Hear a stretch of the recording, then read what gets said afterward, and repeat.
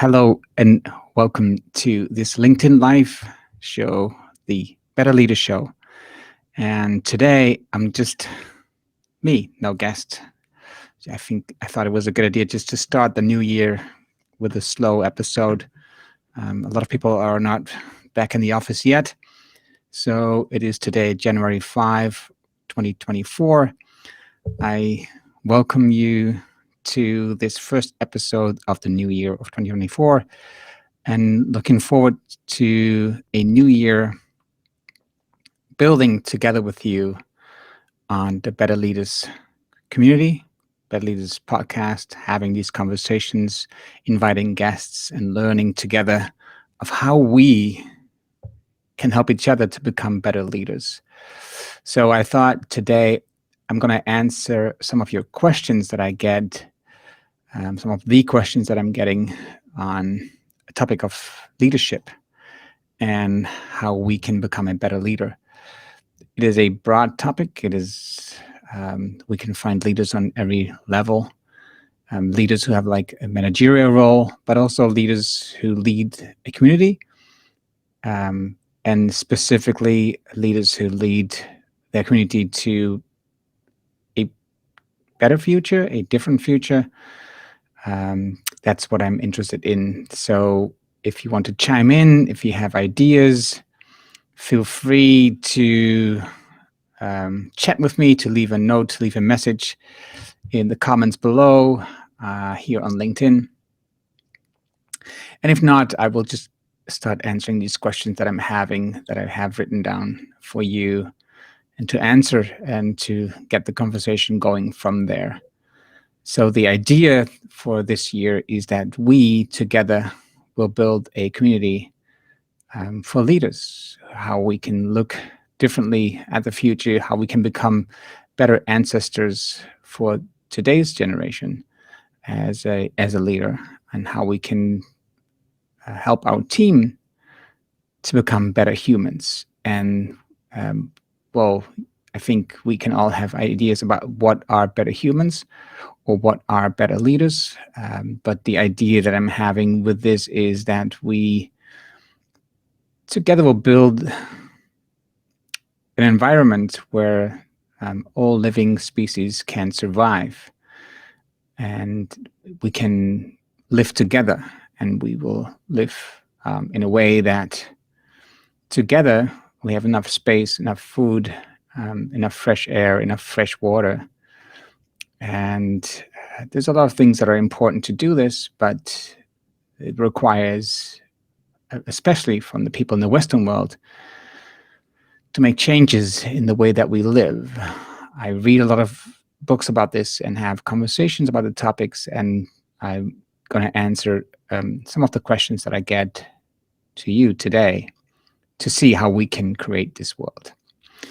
So, and the questions that I'm answering are just very practical, because one of the most important questions that I'm getting is, how can I get more time? Because at the moment, I don't have time to work on new projects, to work on long-term ideas, to have some time to think about important decisions that we have to make as a leader or as a company, for the future of our company or the future of our team. And we are just running from meeting to meeting, and we have all these actions on our to-do list. So where do we get time? And it is a very interesting topic, because we all have the same amount of time. We all have 24 hours in a day, minus 8 hours of sleep, minus time with family. So let's say that we have 8 hours in our job, in the work that we need to do. And how can we make this 8 hours as valuable, effective as possible, and not feel like at the end of the day, the to-do list just became longer than it was when we started with it in the morning? And a lot has to do with that our calendars are controlled by other people. Our time in a day is not in our own control. And that's most of the time also something that we've, made happen. It's something that it is on our control, but we've just been in the rat race, maybe in the daily work, and just trying to finish tasks that are really not that important, that look very important, but when you look at the long term, they are really not that important. So when I work with clients, leaders, entrepreneurs on this topic, which is the topic that I work the most on, is they have this list of tasks that they need to complete, and they have this list of projects that they want to start or complete by a certain time. And there's just too much, right? They have no idea how to get out of what they're doing today to get started on this new project that they think is really important for the future. And the day-to-day tasks is just so much. It presses so much on their actions every day, on their calendar, that they have no clue how to change this, how to break through this vicious circle, this spiral. And the thing is that it is actually pretty easy to do. What we always start with is look at the most important projects for you. And the 3 for me is like a magic number, because 3 is very manageable. You can finish 3 actions. You can think of 3 ideas. You can think of 3 topics that are most important to you. If you do 1, you feel that you will never accomplish enough. If you do 5, the chances are that there is a lot of on this list that will not be completed by the end of the day, which makes you probably feel overwhelmed every day because you didn't complete the most important tasks on your list. And for most people, 3 is a very doable number, and sometimes they don't complete 3 things, but they will get close to it, and it makes them feel very happy when they just finish the most important work of the day. So what we start with is just getting into a rhythm, into a habit. And it's just by focusing every day on, so what are the 3 most important goals that we want to accomplish today? And I do that also by looking at, so what are your long-term goals? So what do you really want to accomplish? What is the thing that you really need to do? And I bring that back to what are the 3 things, or maybe even 5 for the year. Then we go back to what are the 3 things for this quarter? What are the 3 things for this month? The 3 things for this week, and the 3 things for today. And as you can see, they're all connected, of course.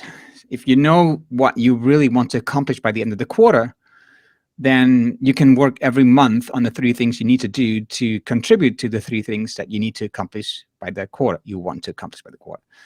So the same thing happens when you look at the 3 things you want to accomplish this month. You can think of easily, so what are the 3 things I need to do this week to make sure that I do the 3 things for the month? And that's how everything is connected. And in the end, all you have to do is every day focus on what are the 3 things that I need to do today that make the thing easier to accomplish the 3 things for this week.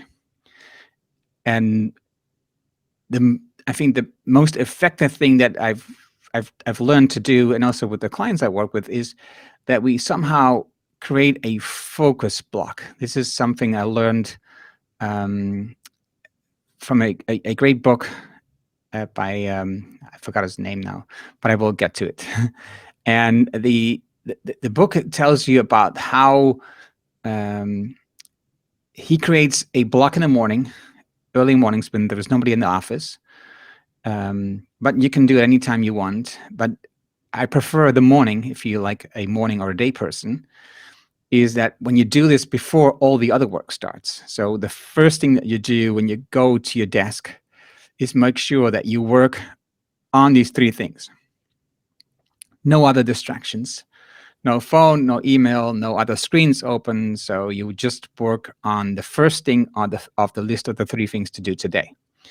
And if you have a block of 2 hours of focused work, you can chop it up in 3 parts of 40 minutes. So you work on the first goal for 40 minutes. And when you're not done by the 40 minutes, and it's really important you finish this one today, you can make a decision to skip one of the other 2 and continue to work on this one, which is most of the time not the best decision.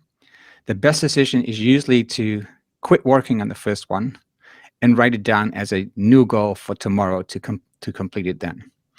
Then you start the second part of the block with the next goal, and then the last part of the last goal.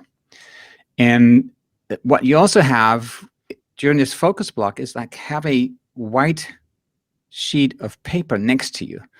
Because what happens is when you start working in this focus block is that other things pop into your mind. Because you're so focused, you have so much clarity on what you need to do, there's no distractions, that when you do this, things will pop up in your mind that you think about that you have to do. I have to send this email. I have to reply to this person. I have to make sure that I schedule a meeting with this person. I have to give this person a call.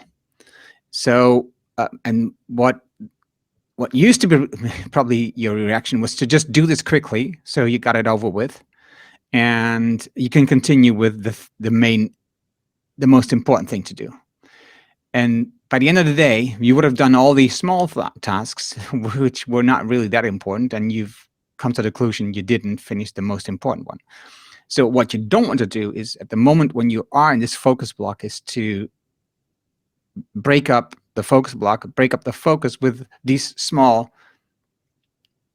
tasks, the tasks that you feel at the moment are important, but they really aren't.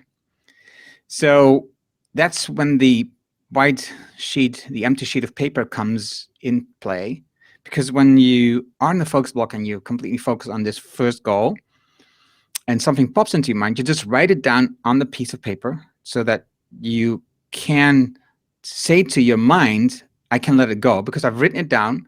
I will do it after my focus block or tomorrow or whatever, this afternoon, later today, whatever the time is, but it's out of your mind and you can continue with the most important thing and focus back. And that is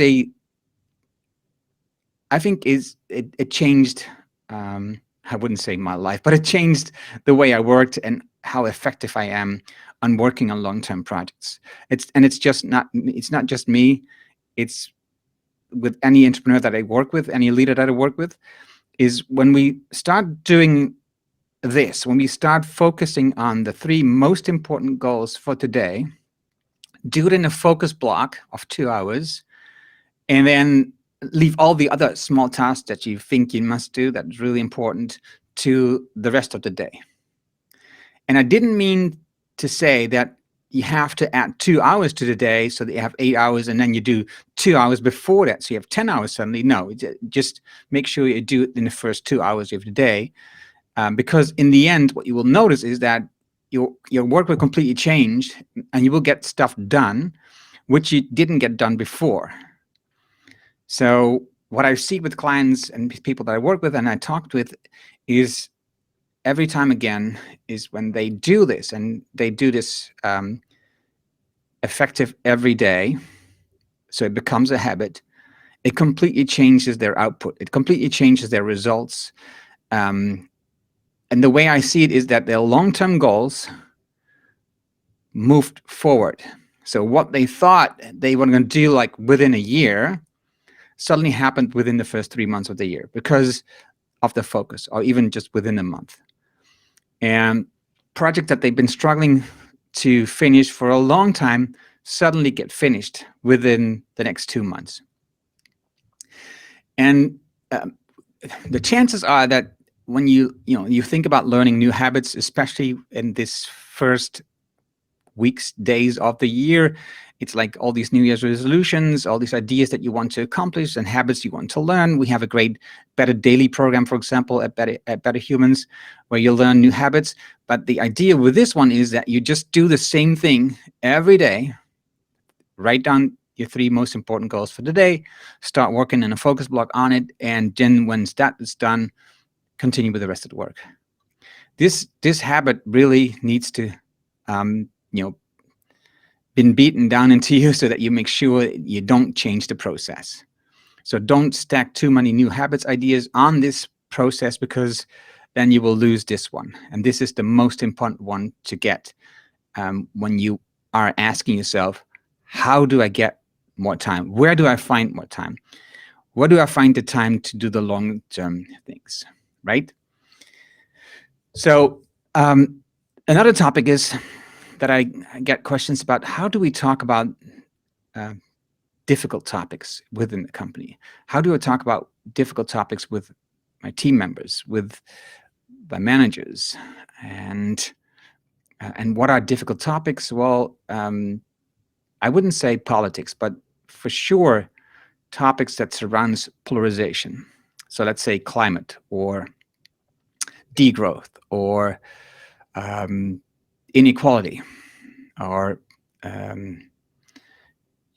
drought, or all these topics that are huge, and there is no easy solution, right? There's people maybe pretend there's a solution, but there are not. These are wicked problems. These are huge problems, and difficult and not easy to tackle. So there's a lot of polarization around these problems, because there's people around, especially the people who are ultra rich, the corporates, the people who want to stay with the way they're working now because it's making them a lot of money. They want to make sure that you continue to live and work the way that you do today, because it brings them an advantage, because they will get money from it right now. So how do you talk about these topics because of the controversy about the polarization that's happening about these topics? Well, the best thing that you can do, and I think a good example for me on this topic, a good I wouldn't say guru, but good example is Catherine Hayhoe. She's a professor in Canada on climate, and she also said, there's a great TED talk from her about this topic, is what's the number one thing that we can do about climate change? That is having conversations about it. And how do you have a good conversation? And that's by not starting with your opinion or position on the topic. That's about asking questions. Asking questions to learn what the other person's position is on this topic, to learn where they are coming from, to find the common ground where you can build on. So what you do, and she gives a great example of this in her book, is that it's at one point she came, and she's well, that's too long to explain. I'm not going to read the book, and you will find the example. But the idea is, what you want to do is start asking questions, look for common ground, the foundation where you can build then your conversation on.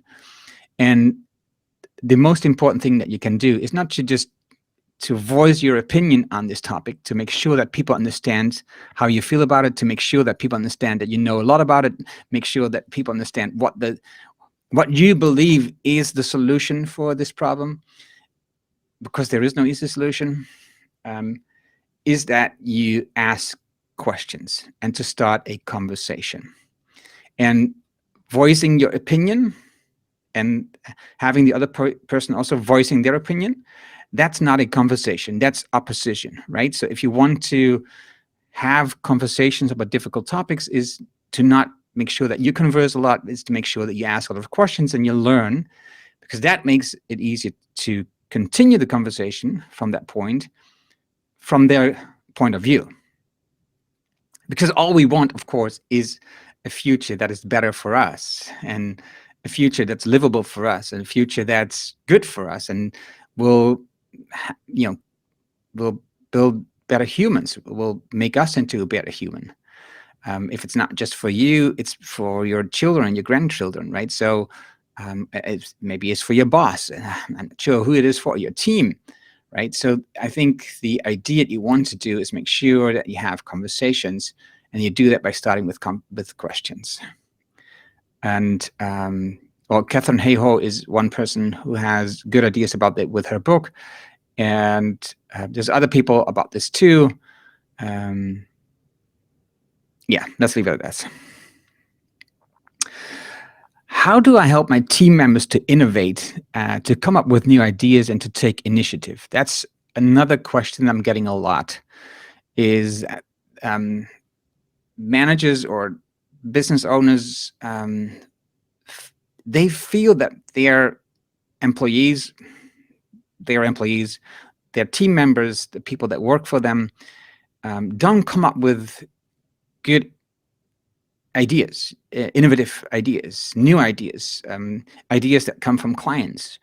And they are looking for those projects and ideas, but there is nothing coming from them. And they have ideas, but they rather would have that their team members would come with these ideas and they can work together on the same ideas. And so it's a big topic. It's a difficult topic because it's not them, it's you. So it's the issue is not that they don't know, they don't have good ideas. The issue is that you have made it impossible for them to come to you with these ideas, to make sure that you've created a environment which is safe enough for them to show you these ideas, to have a conversation with you about these ideas. And you do that, and I'm saying you, but I'm also thinking about myself. You do that by when somebody from your team comes to you as a manager, and they have an idea,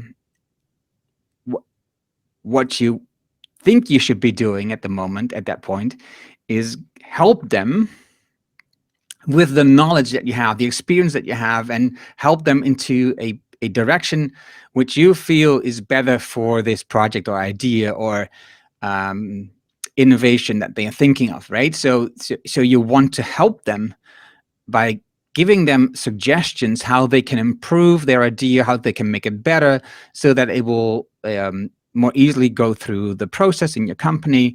And by just doing that, you are ruining this whole process. You are ruining the chance that they will come to you in the future. Because by giving them advice, giving them your thoughts on this project, giving them your ideas, your experience, what you do is you are making the project partly, well, actually, you're taking away the project from them. You're making a project from you. Because with your ideas added to their project, it became sort of like your project. I hope you understand what I'm saying, but the idea is that if they come to you and they pitch you a great idea, you want to make sure that you support it fully. Just give them everything that you can to help them to stay with the idea, not adding your thoughts, not adding your changes, not adding your experience, because it's just your experience. N is one. It's just you. But just leave it with them, so that what you do is to give them the confidence to continue with the project without your support. Well, I wouldn't say your support, with your support, with you backing up, but without your ideas, without adding your thoughts to it. So you just say, I love this idea. You have my approval, you have my go, you have my support. Continue. Because with those kind of words, what you do without adding your advice, what you do is you make sure that the project, the idea stays with them, and that they keep momentum, and it still is their project, and they still want to work on it, right? So by not giving advice, by changing the way that you respond when they come to you with an idea, an innovation, a project, by changing the way that you respond, you are creating an environment which is safe for them to come to you with more ideas. And even if you think it's really a bad idea, don't change it. Don't stop it. They have the right to their own experience. I know you want to make it easier for them. I know you want to help them to make the same mistakes as you had in the past. But who knows? This really bad idea that they have turns into something great. And with your help, between air quotes, your help, they might have stopped. So just give them the go and let them go. And with this, you create the environment that people are coming to you with great ideas. How do we navigate these uncertain times? Another question that it's coming up a lot, especially, well, I would say especially in small business. That's where I work a lot, but that's not true. It's not just especially in small business. It's in large companies as well. The times are so unclear.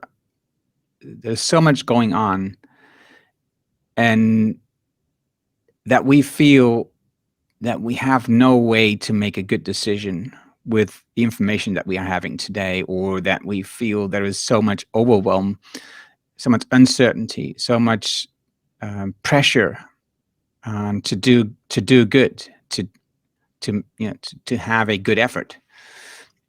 And I think the most important thing that you can do as a leader, but also what you can do with your team, is to help them to become better humans, to develop themselves as a better person.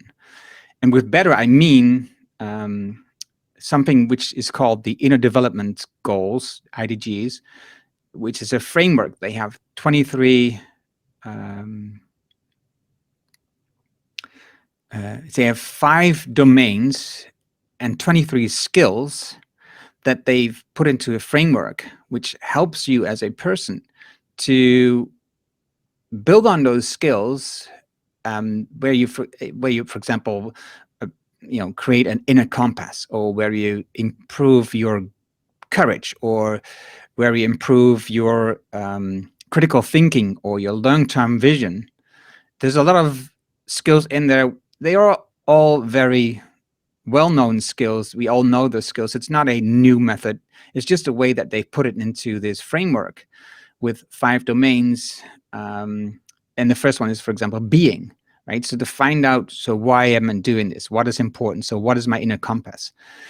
If you help your team members, if you help yourself to improve these skills, to work on these skills on a daily basis, this will help you to navigate these uncertain times, because if you feel more confident, if you feel courage, if you feel connection with people, if you feel that your work contributes, if you feel that your work matters, even if it's just small, you feel that you matter. You feel that the thing that you do really matters for the work that you do today, for your company or for your organization or for the environment or for the society.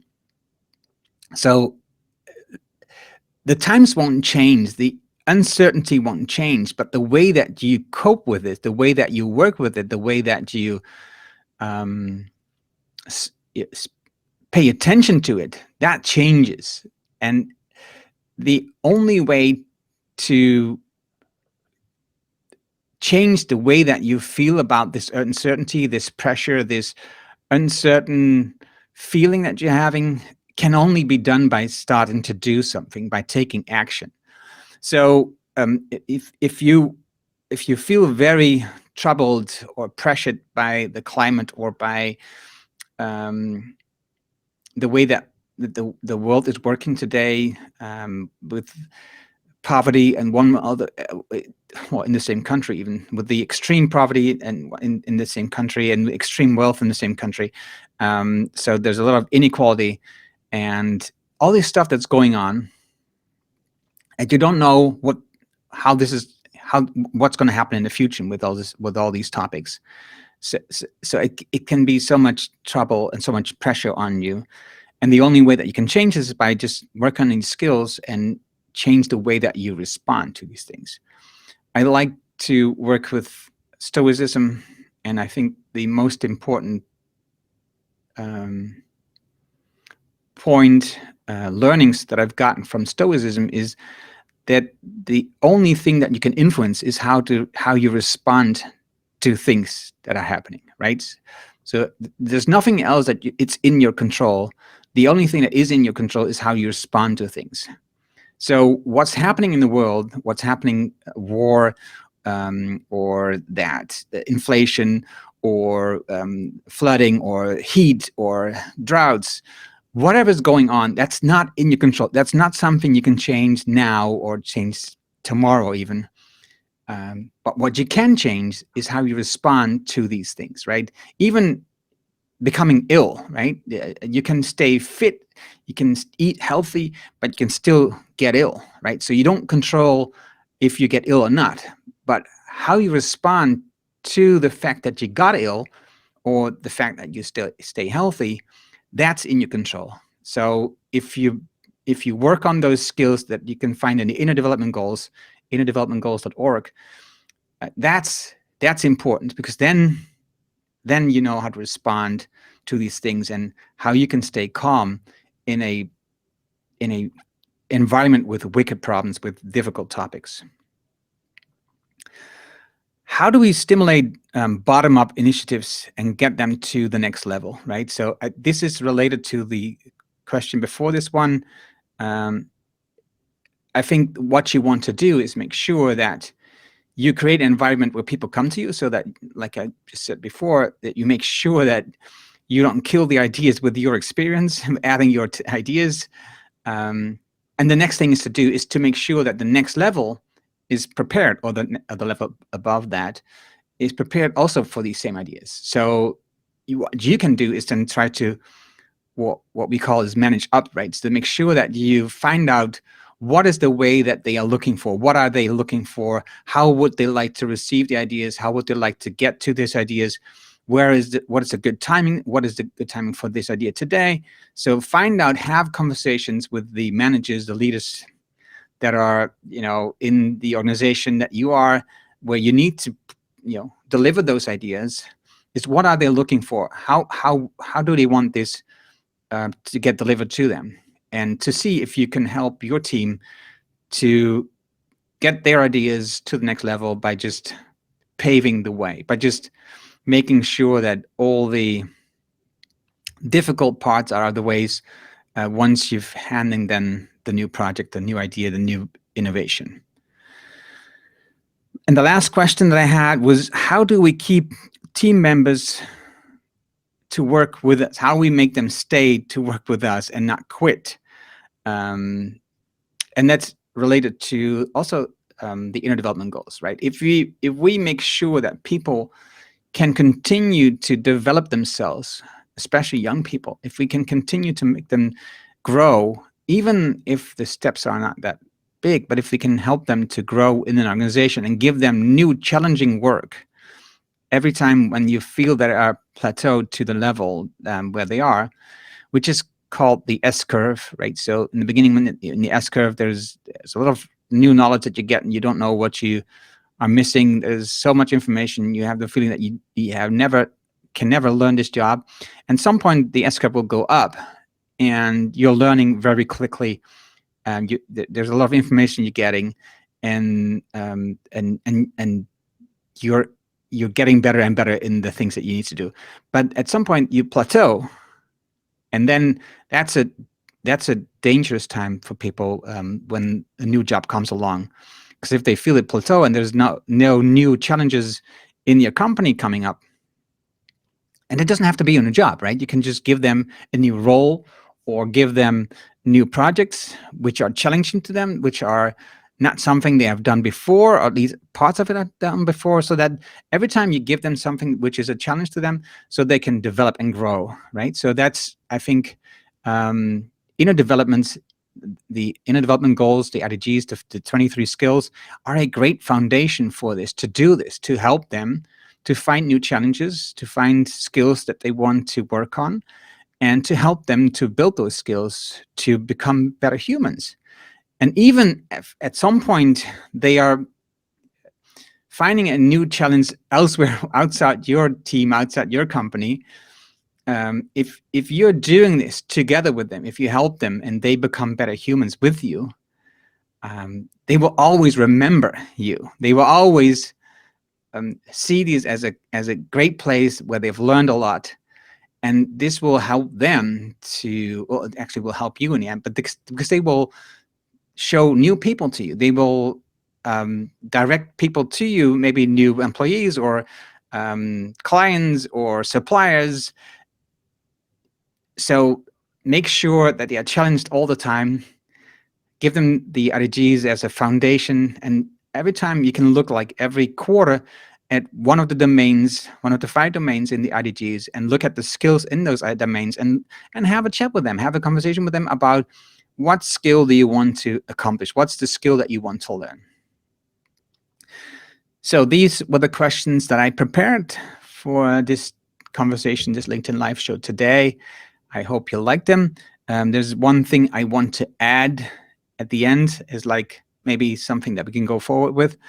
There's an initiative that was started with Chris Brogan, and Chris had this idea of having like a direction for the year, and he called this MyThreeWords. So there's a hashtag MyThreeWords, and the 3 words are like guidance for the year to help you to make decisions.